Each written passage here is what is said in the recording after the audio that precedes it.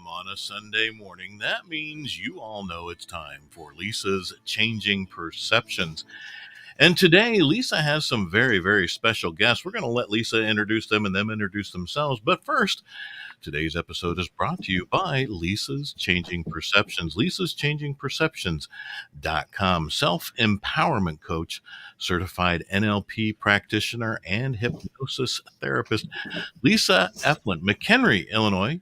Reach out and schedule an appointment, 262-573-7055. Lisa, good morning. Good morning. You caught me off guard again because usually it's, do you have a minute left? And then all of a sudden I'm yapping with my lovely ladies here and you're like, wait 10 seconds. Well, well, I was letting you talk. You have some wonderful, amazing guests here this morning. 10 seconds, Lisa. Yeah, we threw it right at you there, I know. Real quick, a couple announcements just so that I can get them out of the way. And make sure that everybody knows. First off, due to obligations on actually all of our parts, both producers and myself, next weekend, there will not be a live show. We're going to do a fabulous rerun, and it's going to be Pete's choice, whatever show he chooses to rerun next week. So we're going to do that. Also, because we're doing Metaphysical Month, and actually Kristina's probably going to, and I'm sure Shelby can too, and to help me talk about this. I kind of did Metaphysical Month because it's Halloween, but it's not for the reason that people think it is. So I'd like to kind of explain about how the veil is different on Halloween. It's not just like, oh my God, let's do the fun stuff then. So we're going to talk about that. With the holidays coming, I am going to offer a special today since I'm not doing a show next week. I offer gift certificates. And so if you order a gift certificate or schedule a reading, the gift certificate would be for the reading. If you order that for a 30-minute, you're going to get a 60-minute. That's only within the next 2 hours of the show. And normally my gift certificates are good for 3 months, and I'm going to do it for 4 months so that you can get them for Christmas gifts. So you can reach me at 262-573-7055 after the show, please.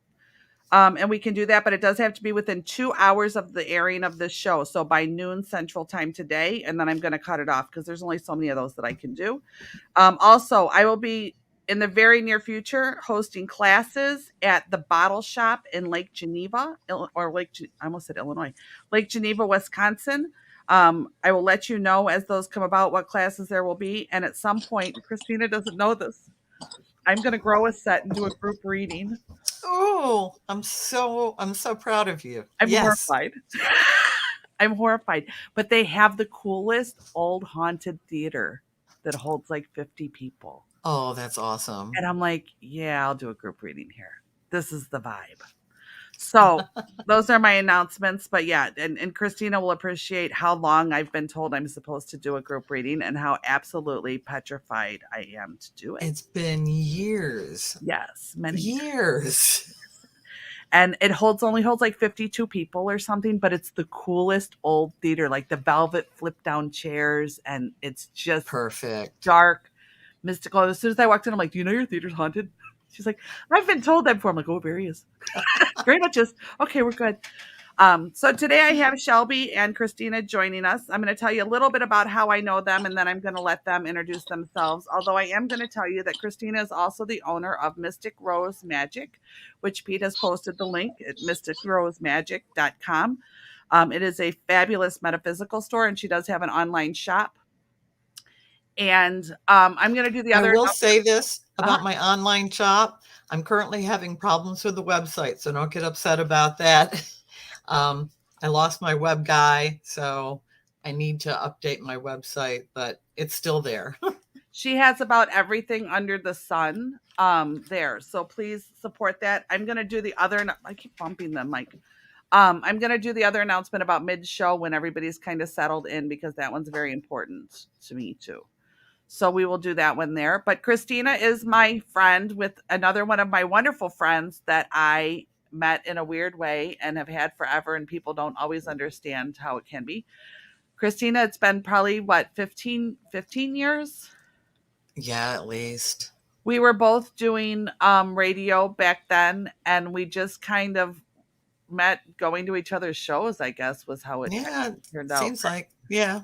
And she has been through the hell and high water with me of absolutely everything. starting into this craziness, as well as my husband's illness and my children growing up and the whole shebang. She has been one of the people that I call with my crazy. And I've talked about you on the air, but never by name. So now I can explain. I said that sometimes when I have to weed out the trash in my head, that I have a friend that I call and I'll message and say, "Do you have time for my bullshit?" And she's, "Yeah, let me get coffee." And that sometimes I would call and I would just ramble unrealistic, didn't make sense bullshit into the phone. And sometimes that you never had to speak. And all of a sudden I'd be like, "Oh, okay, I get it now. Okay, thank you." And then kind of hang up. And it was like, okay. So I always said I have this friend that always let me have my crazy, and she never judged my crazy. She just let my crazy flow. And it was so helpful. And I talk about it because I think it's good for people to realize that sometimes our mind does go irrational. And just by hearing it and knowing somebody's hearing it, you can kind of sort it out yourself. So when I've talked about that on the air, Kristina is the one who's been tormented for many It's been me. who's been tormented many years, day and night. And the lovely Shelby is here with us, and I will let her talk about herself too and what she does. And I met Shelby because Shelby does readings out of Kristina's shop as well. And we met that way, and she has done many, and she is also privy to part of my crazy and has been very patient and tolerant with it over the years that we have met. So I wanted them both to be on here because some of the things that they do aren't things that I am necessarily knowledge they're experienced in. But the interesting part of it is that we all have a same kind of core belief system, but we all have a different way about going about things and doing things. And I want to open up people's minds to stop being so judgmental that there's only one way to find faith, connection, whatever word you want to use for it, that there's multiple ways and none of it is bad. I get so tired of people saying how, "Oh my God, that's so bad that you do like that." Whatever. Whatever you want to think. So I want you guys to share what you do. Kristina's throat hurts, so I'll give her a break for a second. Shelby, if you would like to talk about yourself, are you good at that? Sometimes. Dead air for Quick, radio. your elevator pitch. I am a psychic medium. I have been experiencing things of that nature since I was very, very young. And I also read tarot and oracle cards. And I'm a witch and a spiritualist, and I started that journey when I was about 12. I do have my own little business, and it's Go ahead and announce in it. the How works of you? it's it's in a rebranding process right now, but it's called Death Moth Apothecary. And you can search that on Instagram, Facebook, Etsy. You will find me. And yeah, other than that, I love what I do. I love helping people. I'm also a healer, and so I do a whole array of services. This is my daughter, who is 3. So if you hear anything in the background, it is probably Paw Patrol or my child, who has been fighting me to get her screen time for the last 5 to 10 minutes. Oh boy. Well, she can have her screen time. She can be famous for a minute. You can wave, say hi. Hi, Can Ripley. you say hi? There you go. See, everybody got to see you now. All right. So, real quick, I'm going to make the announcement now that the people are probably settled in. My lovely friend Kristina is in need of a kidney. If there is anyone who knows either themselves or another person who would be able to check to see if they are a match for her, she is in upstate New York. Kristina, there's a way for them to reach somebody to check that if they choose, right? Well, they would need to get a hold of me because I have a particular team that takes care of my kidney stuff. Okay. It's actually, they're at the University of Rochester, at what is the name of the hospital up there, Shelby? I'm just blanking on it. Strong Memorial. There we go. So my team is up there, but I have a particular contact person, so you would need to get a hold of me, and then I could give you the information for my contact person. What's your preferred contact if they want to reach you to you know, you can actually, if you want to be tested for my to be a potential living kidney donor, why don't you just call my shop number, and you probably just need to leave a message for me saying, hey, I'm interested in being a kidney donor, and leave your number so I can get back to you. And that number is 607-377-1377. So if you are in the ability to contribute, save a life, make a difference. Before the show, when I asked her if it was okay to announce that on the show today, because I didn't know how she'd feel about it, she said, yeah, I need a kidney. I got shit to do. It's true. Give me a kidney. I got shit to do. I'm busy. I don't have time to be sitting on dialysis like this all the time. It's making going to me dialysis, nuts. what, 3 or 4 days a week, right? 3 days a week, Monday, Wednesday, and Friday for me. Yeah. So it's a long journey. So how is, I know that that's a difficult thing. So I guess that's a good thing to start off with. How is your belief, your faith, your connection helping you get through all of this? Well, other than she can be nice, but she's like me. When I tell you guys that I wave the finger up the spirit every now and then and say I'm done. Well, it's like true. You know, when this one, I've been through so many things that I've gotten through and healed from, and like pretty much completely healed from. Like, you know, I had, oh my God, I've got kittens that are just tearing up the house right now.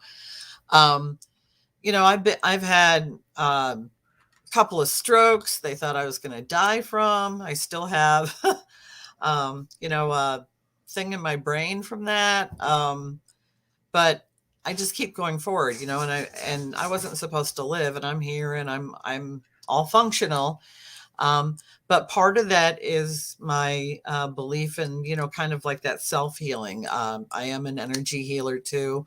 I worked so much with that, and it does help. I'm not saying that it, you know, is like a miracle cure like that, but I mean, there are things that we can do to help us. And that's very spiritual for me, that, you know, taking care of ourselves in a certain way. Will you guys stop? What the heck was I saying? We're watching Kitty sumo wrestling. That's what's going on. Speaking of that was something that, what year was that? 2000, was it 15? When I had my strokes? Yes. Yes, it was basically midnight, January 1st. Yeah, because I remember I had a house filled with 17 people. Yeah, it was Only New 4 Year's of them Eve. were adults. The rest of them were all teenagers. And Kristina calls me that morning, and her voice was slightly slurred. And I was like, what's going on with you? And she told me, and I mean, I jaw dropped. Because it was a quick. You? Yeah, you did. You called me from the hospital. Well, you would have been the person for me to call. I don't remember calling anybody. I was. Really because I remember I pulled John in the back room, and he said, "What's wrong?" Because I was crying, and I said, "I might be going to New York, and you're watching all these people if I have to leave." And he just looked at me like, "What?" And I said, "It's Kristina. If I have to go to New York, I have to go to New York." He was like, "Okay," just kind of like, "Oh my God, you're leaving me with all these teenagers? Are you kidding me?" Oh my goodness. But yeah, it was kind of a shocker on New Year's morning, but that was a huge opening for you into your whole, I don't know, people call it gift. I always hate calling it gift, into your whole connection. Well, I would say it was like kind of a kick in the ass. What did it teach you? Well, I would tell you, as I'm laying on the, you know, the gurney, I didn't even have a room yet, you know, after I'd had my strokes, and I was just, I was completely blown open, and I had no, I don't know, no filter or anything. I was getting all this information from spirit, and they were telling me, you know, well, you know, this needs to change, and this needs to change in your life. You know, this happened because of this, this, and this. And I was like, oh my God, you know, that's all true. And it's like, it just became so apparent. But I mean, it kind of taught me that, yeah, my spiritual team is always there with me, because I guess I hadn't been listening close enough to them before. And then they were like yelling at me. Um, And we so, really hear them. And that's what people don't understand, is that you really just hear them talking to you. all right, it's You hear true. them, and they give they give us warnings, because people say all the time, well, why didn't you get warned? Well, because we're everyday people, and Shelby will Yeah. attest to this too. Like, they do whisper in your ear gently, and then you go, yeah, I don't want to do that. And Uh-huh. then they kind of poke your shoulder, and then you're like, stop it. I don't know. I told you no. And then they give you the nudge. And then when you still brush them off, they go, all right, now we're going to kick your ass. This is the way it's going to be, because we wanted to be heard. And it's kind of those moments. And we've all had them. Yeah. We've all had them. I mean, yours was extreme medical. Some of ours are emotional breakdown. Some of ours are life breakdown. It depends on what it is. But then we do kind of get the reality of, well, we tried to warn you, and now you have Yeah. Y and Z. So people don't understand, because there's I love the yin yang symbol, and because there's dark and light, so to speak, or good and bad, hard and easy, blessings and curses, however you want to look at it, in all of these connections that we do. And there's a Mhm. responsibility behind it as well. I can change that, Eric, in like 2 seconds. Sorry to interrupt. What does it say? No, Eric says this is one of my favorite shows on 216. Why? Less Pete. Oh, Eric. I can make it way more Pete. Like in 2 seconds, I control all the buttons. So what's been one of your biggest things that this has gotten you through, or what has been your biggest thing that without it you wouldn't have made it?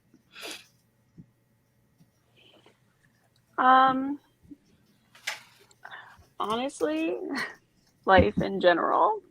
Okay. Because before I really started opening myself up to my gifts, I struggled severely with depression and anxiety. And, that comes with a whole slew of things. And once I started opening myself up to my gifts more, it started to make sense. I was able to stop asking as many like why me questions. And as well as it just gave me this kind of like spark to life. Like I was fulfilling purpose. I was feeling the fire of life more. So honestly, it's just really helped me through life. Because I will say that is something, although we have our moments where we feel victimized in life because life gets difficult. You two ladies as well, I know that it is one of the things that makes you pull out of it pretty quick and see it from a perspective of self. And it's in a different way than I think the textbook self-help books say. It's Mhm. more of a real deep, okay, my comment that I usually make is, okay, what role did I play in this? Yeah, I may have been victimized. Somebody may have sucked. Somebody may, whatever may have happened. But then it's once we get our tantrum over with kind of thing, we're able to step back and say, okay, what role did I play in this? And then what role does this play in my life? Like what I've just learned, what role does this play in my life as I move forward? And what it is that I do, because I have a lot of clients in the office that come in with depression and anxiety, and I usually ask people, "What is your belief system?" And they'll kind of look at me funny, like, what does that have to do with it? And I want so desperately to go, it has everything to do with it. But the problem is because they know I'm an intuitive medium and they know how I believe, they're like, well, what do you believe? It's like, it doesn't matter. And my example for years has been, if you believe purple monkeys run the universe, then we're going to go with purple monkeys to help you, because it's about what's inside. It's about where your heart says, I trust this. Because face it, there aren't a lot of things to trust in the world a lot of times. So sometimes when everything else seems to fail, you have to go inside and say, okay, well, the thing I've got is this. And then to connect to something else helps you to realize you truly aren't alone. But again, I struggle with how it's worded sometimes in some of the guru ways. It's really more about everyday life. Because you girls will attest, and maybe you'll even choose to give. How many times you guys sat in your car and talked to people that nobody else was seeing? All the time? Yeah. How many times do you scream WTF? somebody get down here. Give me a Yeah, hand. I don't think I use the letters. No, I don't either, but we're on the air. So I try Yeah. to be decent. Kristina's so blessed to have my late husband that likes to visit her and taunt her cats every now and then. Yeah. My husband and Kristina got along well. So he likes to come and taunt her cats every now and then. And I'll tell you, this is a funny story. I remember when I knew my husband was there because, I didn't take, Kristina and I have never met in person. In all these years, we have been phone friends. But my husband used to get in on our conversations and our shows and stuff sometimes. And she had never seen him in person either, unless there had something happen and I didn't know about, and he was going to New York. So she calls me one day and she's like, "Hey, did your husband wear Levi's and a black leather jacket and some freaking stock white tennis shoes?" Yes, Like, white. That's him. That's him. Why? And she's like, "He's here. Here. He is taunting the cat. He is here." But she described it because most of the time when my husband wasn't working, if we were out and it was obviously jacket season, he would have been in his black leather jacket with his Levi's and he always wore white tennis shoes. He hated any tennis shoes that were not pure white. And she was like, "They're white, Lisa. They're so white." They're like glowing. That's him. And Shelby has met him. She may not remember it in the very beginning. He came in. My husband likes to step in and be the center of attention whenever at all possible. He likes to do that. So Shelby, what happens to you when you're losing it? Talk about what you do and then talk about your clients too and how you help them. When I'm losing it, you mean like when I'm on the verge of a mental breakdown? How do you pull yourself back? Well, now sorry, goodness. She's allowed to cough. It's okay. Now I typically ask my guides and my deities, like what's going on? Why is this happening? Is there something I need to learn from this? Is there someone I need to help with this? Just general questions about what's going on. Or my dad, as you ladies know, my dad passed in March 2020. And I was really close with him. So a lot of times now I find myself talking to him when I feel like I really need to talk to somebody. But, maybe it's like 2 a.m. or just something I'm not sure if somebody else would understand. And then when it comes to my clients, it really depends on what's going on with them. I try to delve into it kind of deep because a lot of times, it stems from some sort of past trauma that the reason being they're triggered.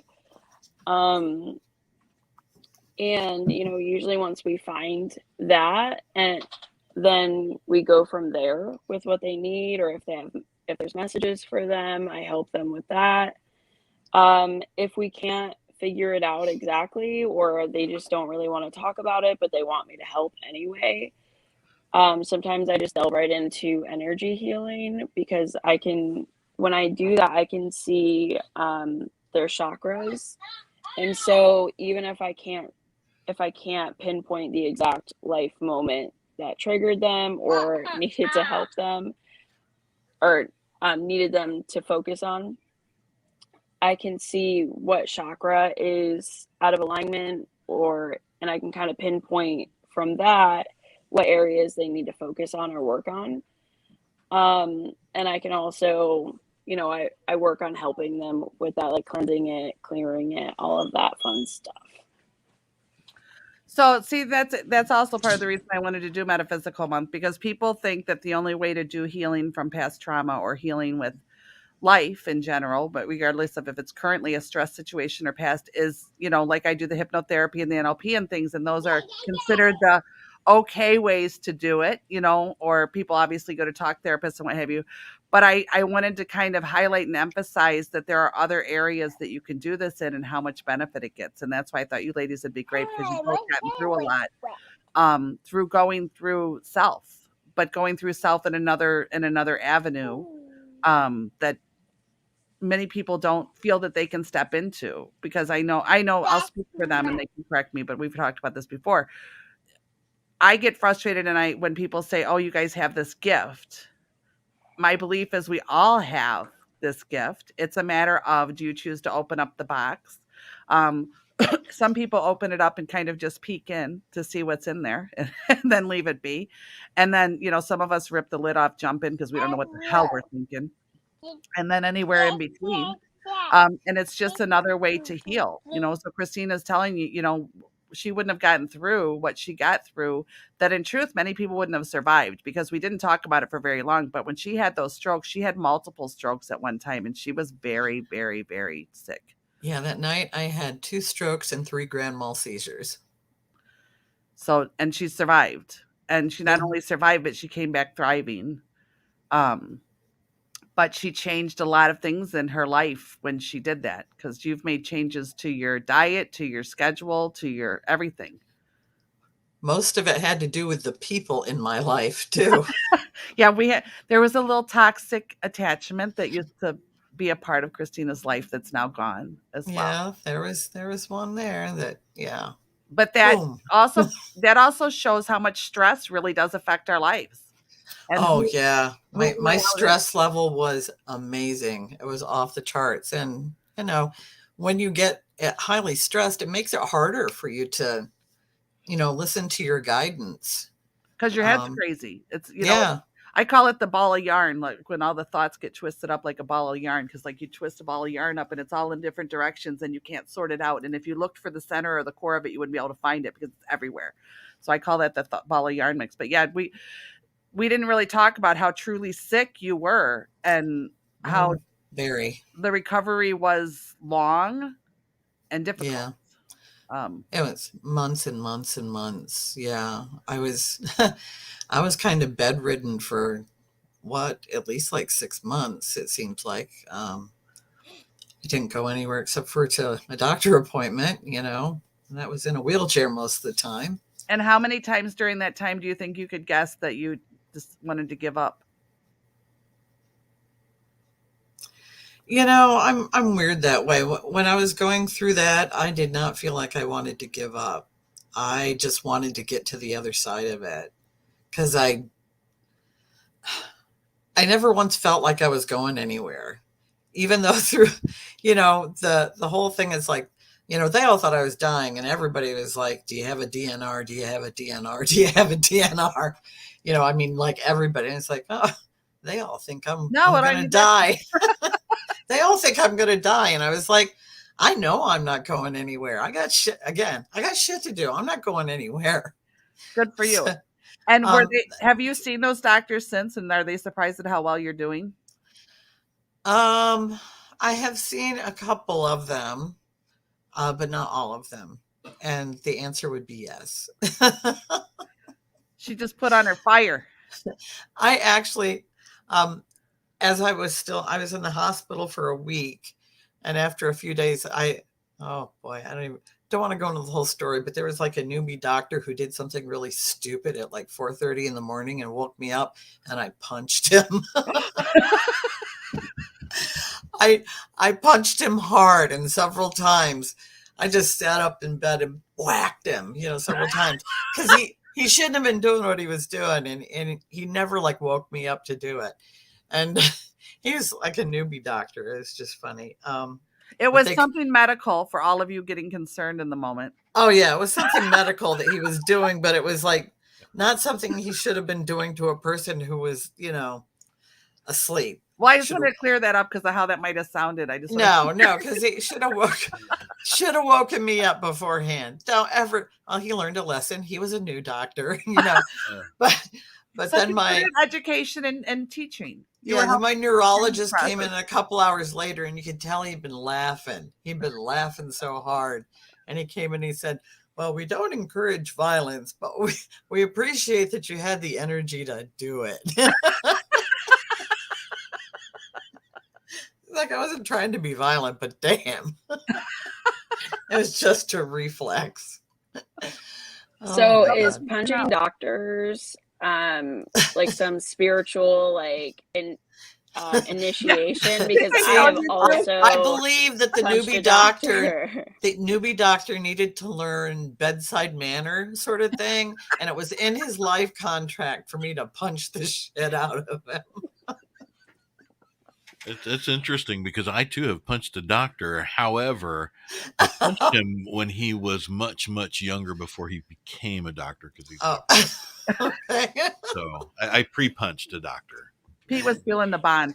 Yeah, I'm bonding over here. Pete was feeling the bond. Oh, that's That's too funny. Yeah, so we are not saying on the show that when you get guidance, No. it will be your guidance, just for the record. But you brought up an interesting topic. So Shelby, I'll go back to you. Kristina brought up life charts. What's your view of a life chart? Do you mean like the soul contracts? Yeah. Yes. Those Okay. things. The thing that I always tell Kristina, she got me drunk here and got me to sign, and that when we're back in spirit, I'm kicking her ass. Yeah. Try it, lady. Bring it on.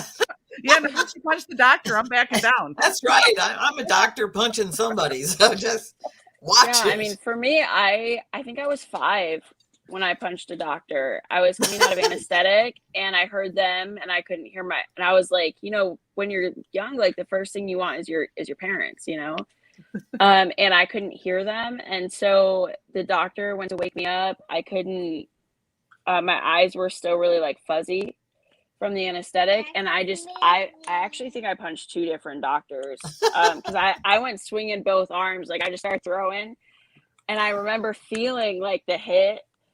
And then they were like, whoa, like they're coming. So we've gone from spirit, love, and faith connection to violence against the medical field. Because I will tell you, I bit a doctor. Oh gosh. When I was young. I was 13, so kind of young, I guess. It was an orthodontist, and I had braces, and he took that little hook, like to check them to see if they were tight. Yeah.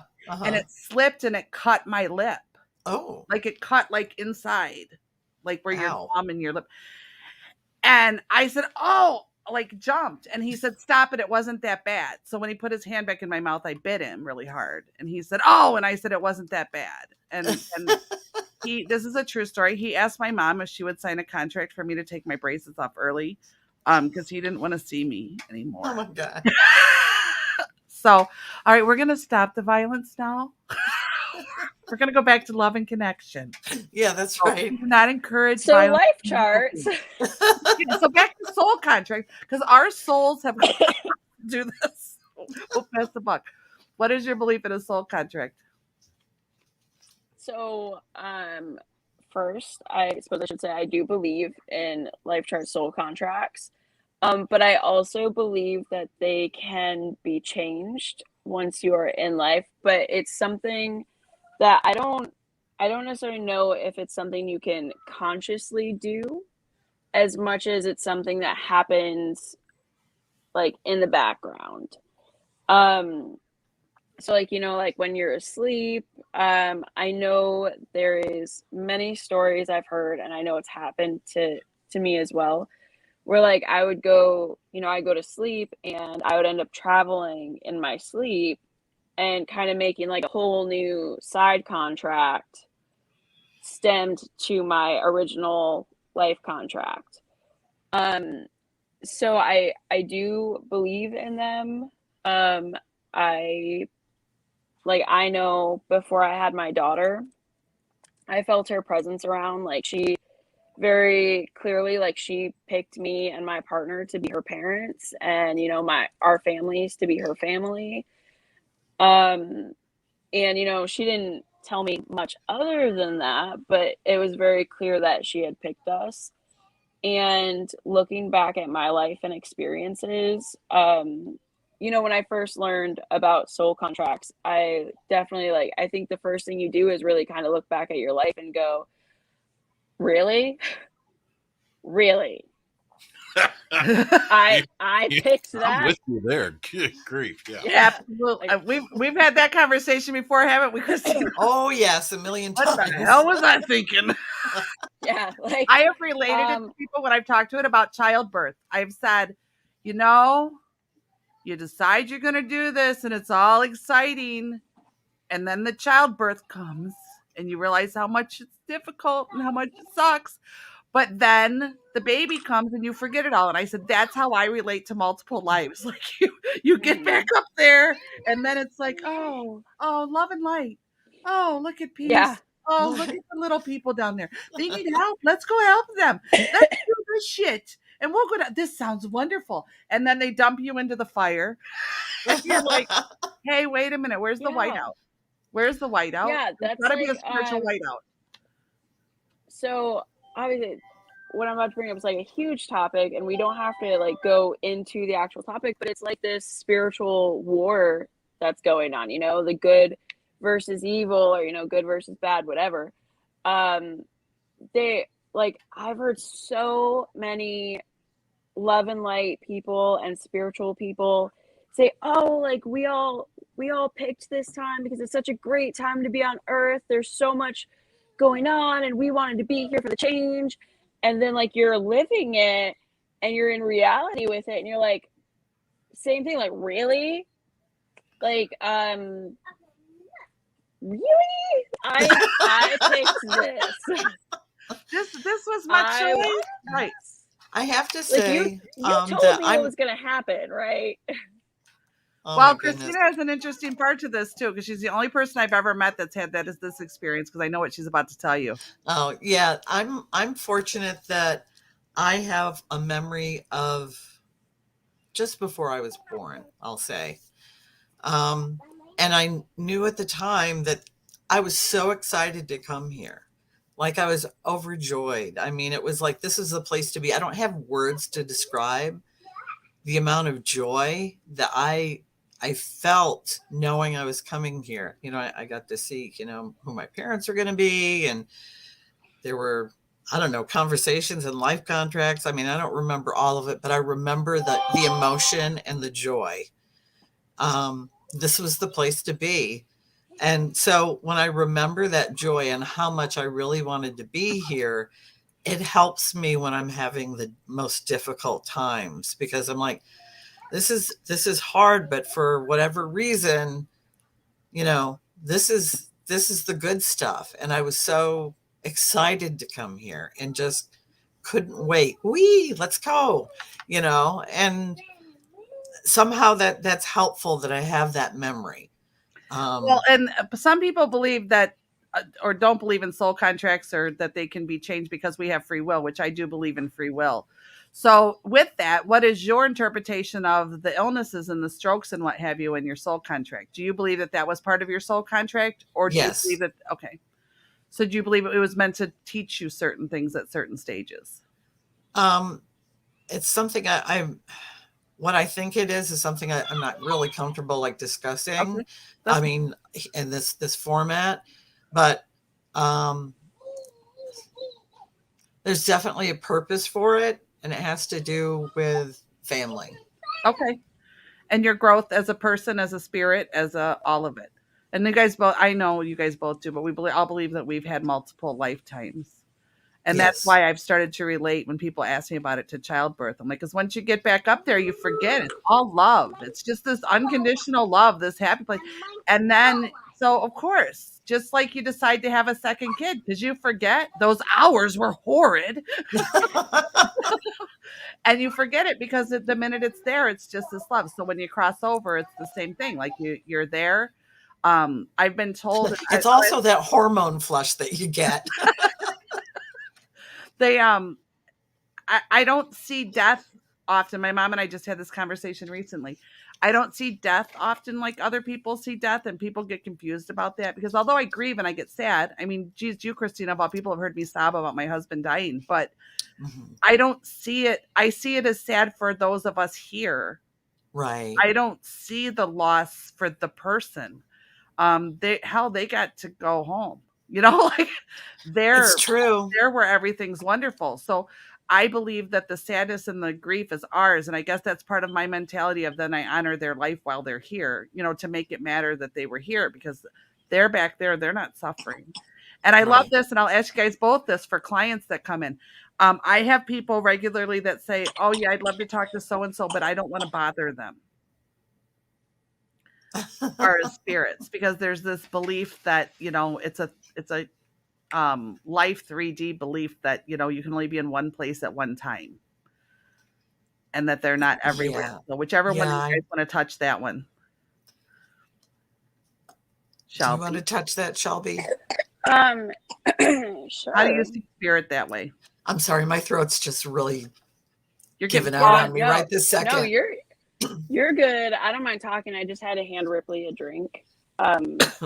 Excuse me. So now, Let's all do it. Yeah, look at the empath go. all right.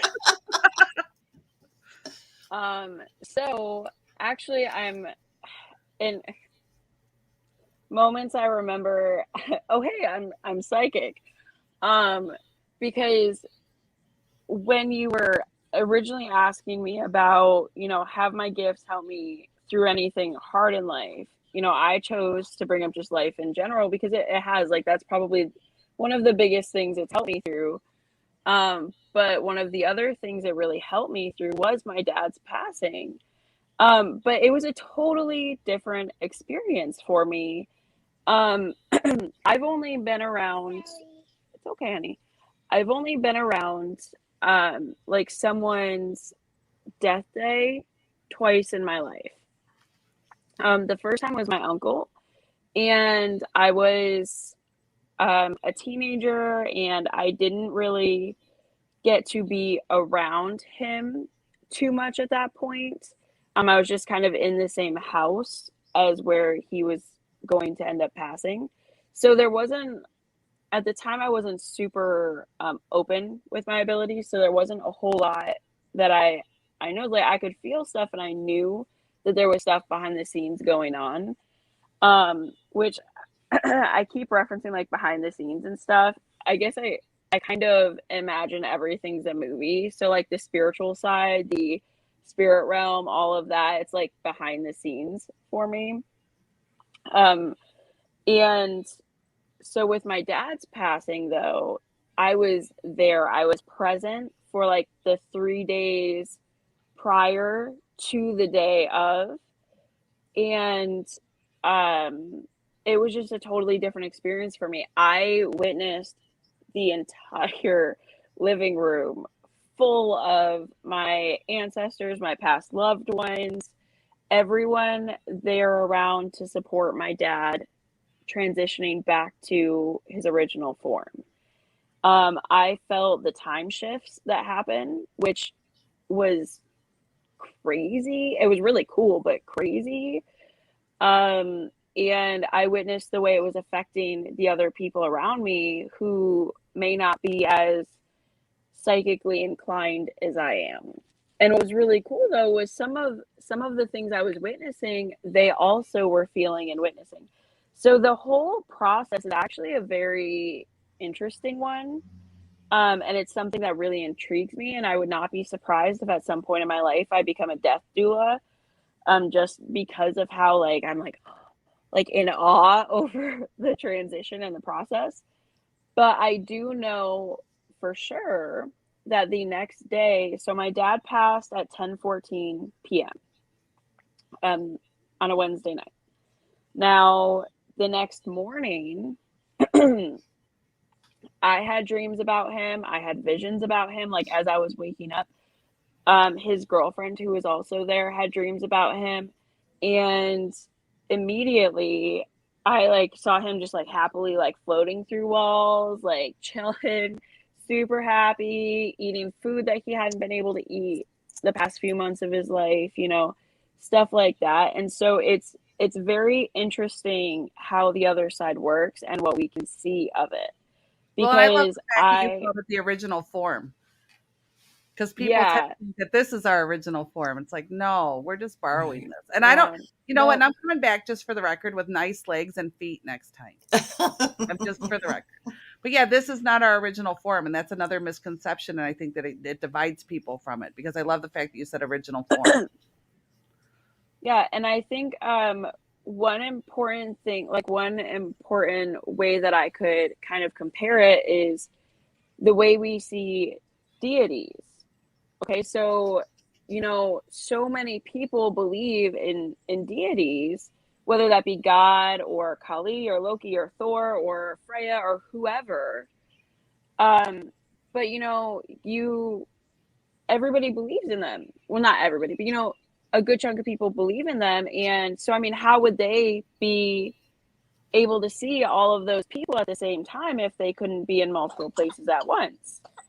And on the flip side, if you just, maybe you don't believe in deities, but you believe in, the universal power or spirit, it it's an ethereal thing. Like, it's time and space is different on the other side. So, none of this stuff could be everywhere at once if it wasn't different on the other side. Right, because And it's an energy thing, right? Energy is energy. exactly. And if we all come from the same power source, then wouldn't it make sense that we all can be in different places at once? I mean, I even in my human form here, I have figured out how to astral project while still being present in my body. Mm-hmm. So that's something that even we could do here if you practice it enough. Now, I'm not saying you can be in like 10 places at once. I mean, maybe if you get really, really good at it. But I've mastered being in one other place while I'm astral projecting, and here where I need to be present for like my daughter or whatever's going on. So it's a very interesting topic, and I think it's one that I could probably ramble for a really long time about, but Well, and it's I'm probably actually going to be glad it got somewhat brought up repetitive. because it's a common question, and I know Kristina doesn't really. You don't really do readings anymore, do you, Kristina, or do you? I don't really have time. There are a couple of people here and there that I quietly read for, but especially right now with me being on dialysis and me running the shop, I don't have a lot of time to do the readings. Well, and Shelby does them now too. And my thing is that how many times do you hear, well, don't I have to be in person? It's like, no. All energy is energy. And I've always told people, at least for me, I think phone readings are actually sometimes a better reading because we're still human. So when we're with you looking back and forth, we are going to look for your response or your reaction. We're going to try and feel good. You know what I mean? Like, okay, we're on it. Yeah. To where on the phone, you're literally just getting us and whatever we're connecting with because we can't see you. So we can just tune in and we're not distracted. Yeah, I actually prefer it. Part of us. Yeah, so if you're sitting across from me and you're just staring me down, like, right. I don't have to feel that pressure if it's over the phone. Right. So we're just connected. We're on the phone, and it takes away we're human. We have the human ego that wants to please, that wants to be accurate, that wants to, you know what I mean? We want to do all those things. Right. So if we don't have you in front of us to distract part of our energy, part of our mind, part of that connection at you, I have at least found that over the phone I get to a better reading. Which is part of my fear of doing the groups, but I'm gonna find a way to just grow a set and do that. But that's a true thing. So, Shelby, if somebody gets a hold of you for a reading over the phone, it doesn't matter where they live. If they want to do it over the phone, the connection's a connection. Yeah, absolutely. And one other quick note about the being in different places, just because I realized after the fact that you asked me about, clients and like what happens with that. I've had multiple times where I've done a reading for somebody, whether it's in person or over the phone. And, I tell them like the message comes through because, when we're talking to spirits on the other side, they realize that, it's hard. They realize that you have questions, they realize what's going on. And so a lot of times they send messages to also try to help comfort you. And one of the messages they send is like, oh, I'm around you, your brother, your grandma, your aunt, your dog, they like kind of list a few people and animals or whatever that they're around and they're helping. And then people will be like, but how are they, or they can do that. And The fact is, yes. And I've had multiple spirits tell me that they can be in different places at one time. Well, and I've talked about this on the air before too, so I'll ask you both. How many times have you guys ever had a spirit come through that says, I can't believe that person wasn't miserable long enough for me. I can't believe that person didn't value my stuff. I can't believe that person got rid of my chair. I can't, and now I'm Yeah, gonna haunt no, them never. forever and I'm miserable. How many times do you get that? We're down to 5 minutes. No, to step. no, no, Oh, no, no, oh, no. you're stretching. I Oh, was Pete's stretching, but I was He's- raising my hand he's because still- I do know someone who is absolutely furious that the house was changed after he died. Really? Yeah. I have never had anybody come through and do that. So, I- okay, but Well, here's the thing though, with that, I have encountered, certain spirits who are like, will push people around and stuff like that. But those are usually people who are assholes in life, and they're still assholes on the other side. Very And some true. of them haven't really even like passed on into the light. They're lingering in I don't know what word to use to make other people understand that they're like other like realms. Well, that's how I usually define, to make it black and white. I usually define ghost and spirit. Like there's a ghost, which basically means that they didn't go into the light, they didn't converge back to, and again, as Shelby put it, the original form. Right. So they're basically a human with all the sadness, anger, bitterness, attitude problem, whatever, Right. lingering around here without a body. And so now no one can hear it. Well, not no one, but a lot of people can't hear them either. So now they're even more pissed off. So they're going to get mischievous and angrier. Right. They have fear to go to the light. We could do a whole show on the people's fears to go to the light. Yeah, and it's true. I mean, there are people, if you move into their house, you got a cranky old guy that lived there, and maybe he doesn't want anybody in his house, so he, starts doing stuff to the people who move in. I mean, that stuff happens. But unfortunately, then the people who live there think they have, there's a demon in my house. Oh, yeah, everything's a demon. Yeah, you just got a cranky old man that you need to kick his ass out, because Yeah, you wouldn't have liked him in life either. He was a jerk then too. Right. Because you don't get cleared. People don't understand that you're cleared of those human burdens, so to speak, because the heavier weighted emotions are burdens, and you're cleared of that. So a true, genuine spirit is not going to wish grief, sadness, and it's certainly not going to be materialistic about a darn thing anymore. They get the joke that, wait a minute, this was not about what I had. This was not about my stuff. This was not about how much money I left for somebody. This wasn't about all of those. It's what I left for people, meaning what they remember me with. What did I offer? What did my life mean? It's not about the rest. And I've even run into people say, well, it's too late for me to change that. It's never too late for you to change your imprint left here in your lifetime. Never. But that's what it's really about. And once they're in spirit, they get that that's what it's really about. Just like Kristina's experience of remembering before she came here. I mean, she had other lifetimes, so she knew it would be difficult down here, but up there she remembers. But the real point of it is, and it's another piece, and we grow and we change and we expand each time we come down here. Are you telling me to shush, Shelby? No. Did you just shush me? I got the shh. Lisa, shut up. It's your show, bitch.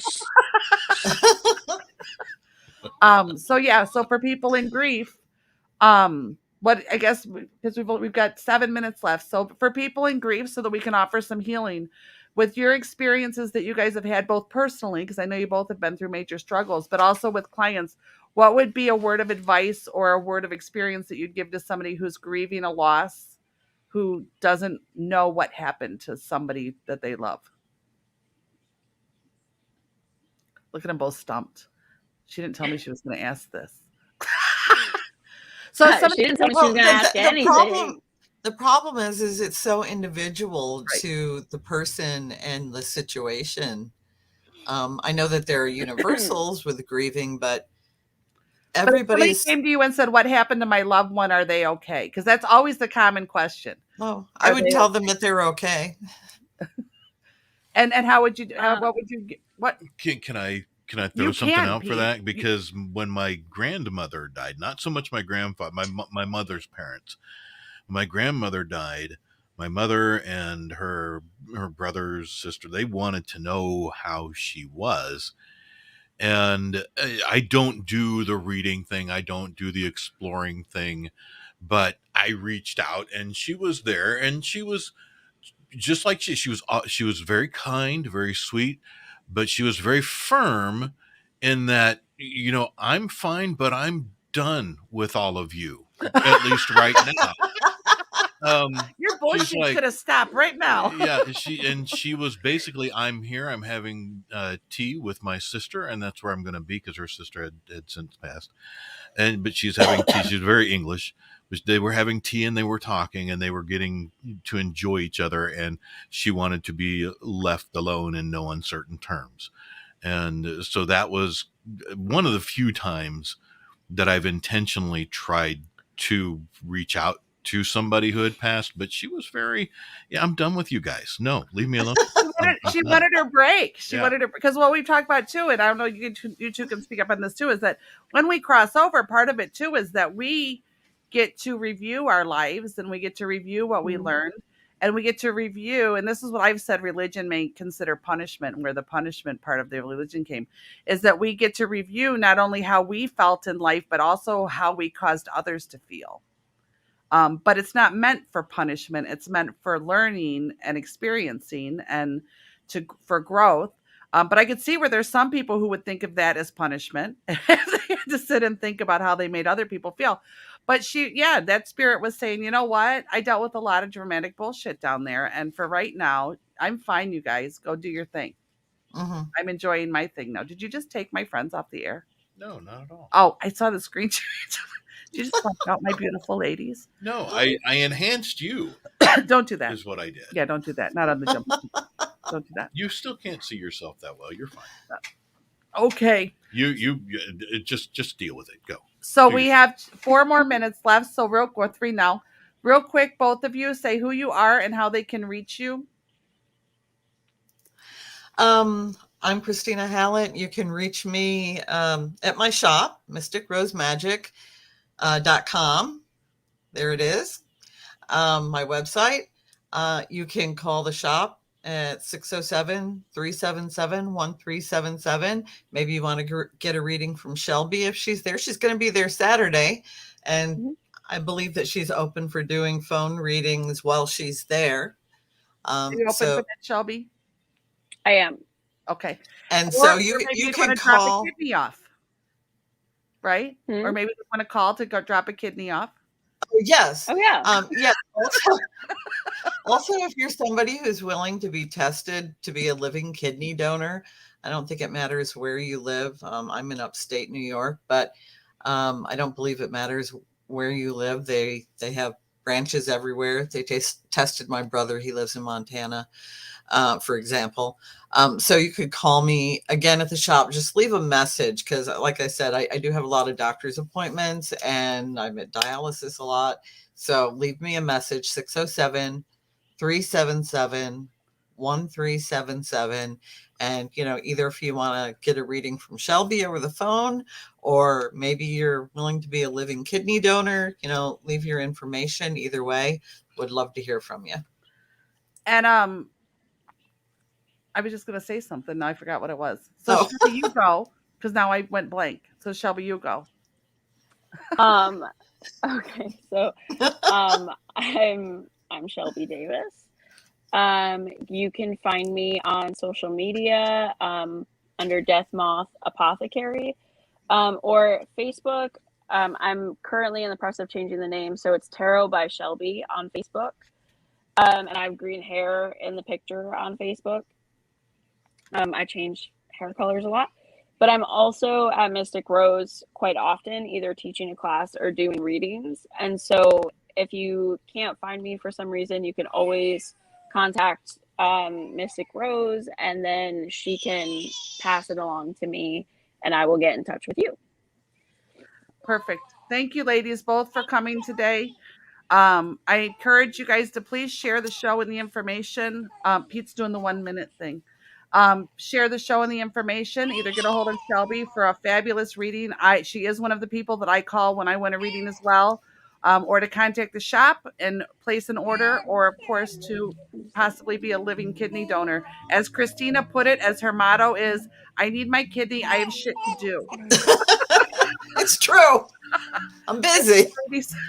I got stuff. Thank Thanks. you. Have a good day. Bye. You too. You too. Bye bye.